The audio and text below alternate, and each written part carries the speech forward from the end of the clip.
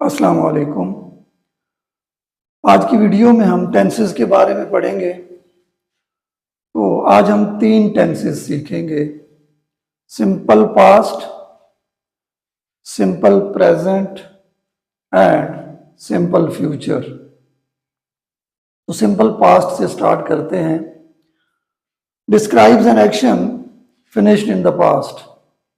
ऐसा काम जो माजी में हुआ है उसको बयान करने के लिए हम सिंपल पास्ट टेंस की मदद लेते हैं। इसकी फॉर्मेशन क्या है? Second form of the verb in positive sentences. और उर्दू जुमले की क्या पहचान है कि उर्दू जुमले में आखिर में अलिफ आता है।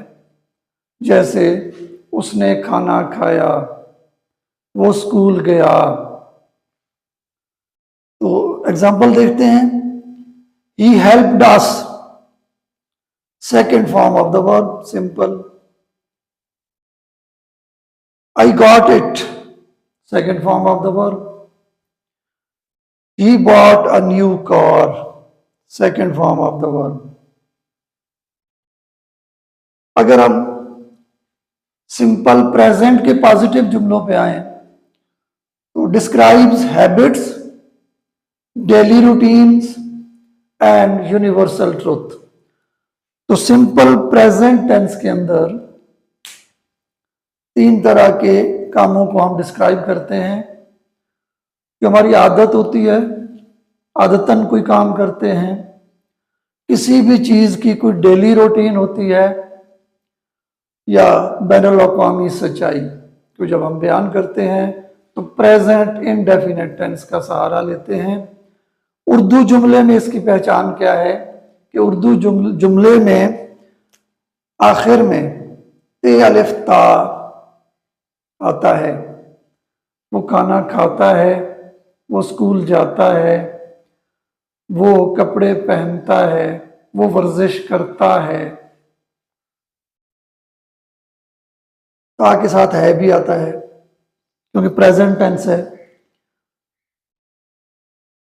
फॉर्मेशन क्या है इसकी? Use base form of the verb. Verb की फर्स्ट फॉर्म या बेस फॉर्म यूज होती है, प्लस SRES लगता है वर्ब की बेस फॉर्म के साथ जब थर्ड पर्सन सिंगुलर सब्जेक्ट हो। For example, he eats an apple daily. Eat is a first form of the verb, उसके साथ S लगा है क्योंकि सब्जेक्ट जो है वो थर्ड पर्सन सिंगुलर प्रोनाउन है। They go to school daily, first form of the verb. Third person है प्रोनाउन लेकिन प्लोरल है। The sun rises in the east, sorry, the sun rises in the east, यहां पर है the sun sets in the west. सूरज मगरिब में गुरूब होता है।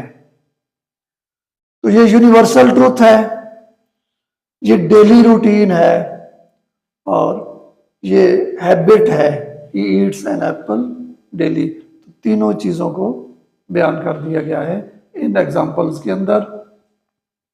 अब अगर हम आ जाएं सिंपल फ्यूचर टेंस में तो वो काम जो आने वाले जमाने में होगा।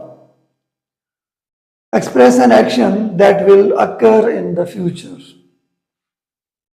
विल और शेल हेल्पिंग वर्ब के तौर पर, ऑक्सिलरी वर्ब के तौर पर आते हैं और उनके साथ base form of the verb. He will help us, तो वर्ब की बेस फॉर्म के साथ विल लग गया है। They will go to school, ऐसे ही होगा। He will eat an apple. अब इन्हीं टेंसेस के नेगेटिव जुमलों की तरफ आते हैं। तो नेगेटिव इन्हीं जुमलों को हम नेगेटिव में चेंज कर देते हैं। तो ही हेल्प्ड अस जुमला क्या बन जाएगा? ही डिड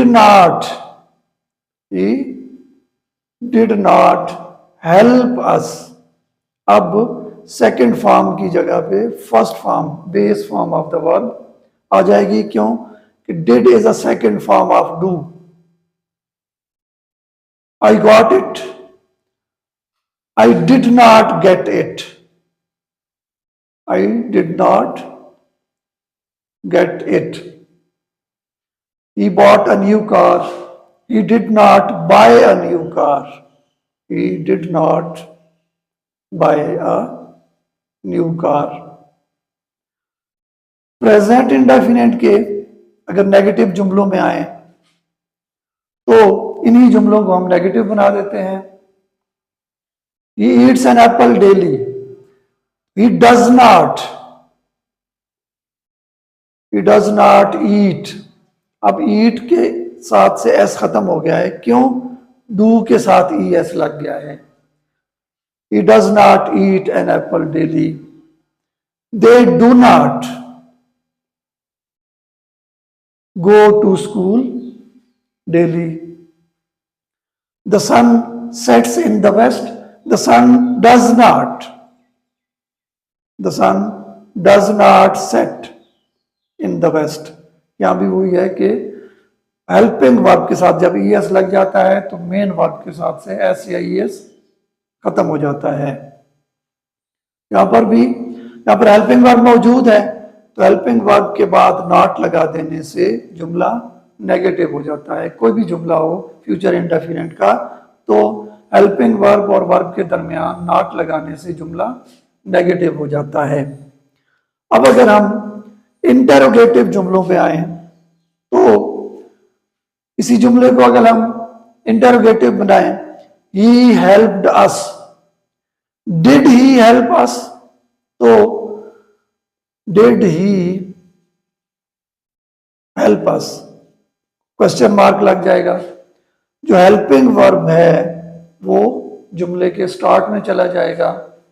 अगर जुमला क्वेश्चन वर्ड वाला है, क्यों, कहां, कब, कैसे, किस तरह, तो यहां पर अगर हम लगा दें why did he help us, वो हमारी मदद, उसने हमारी मदद क्यों की। अगर प्रेजेंट इंडेफिनेट या सिंपल प्रेजेंट के इंटरोगेटिव जुमलों की तरफ आए तो इसी जुमले को हम इंटरोगेटिव बनाते हैं। Does he eat an apple daily, क्या वो रोजाना एक सेब खाता है, क्वेश्चन मार्क लग जाएगा। वो रोजाना एक सेब क्यों खाता है, तो सेम उसी तरह वाई जो है वो जुमले के शुरू में लग जाएगा। Why does he eat an apple daily. और फ्यूचर के इंटरोगेटिव जुमलों में आए तो हेल्पिंग वर्ब मौजूद है, हेल्पिंग वर्ब को शुरू में ले जाएं। Will he help us, will he help अस, क्या वो हमारी मदद करेगा, वो हमारी मदद क्यों करेगा, तो क्वेश्चन वर्ड शुरू में आ जाएगा। Why will he help us, वो हमारी मदद क्यों करेगा। उम्मीद है कि तीनों टेंसेस का जो बेसिक कंसेप्ट है वो आपको समझ आ गया होगा।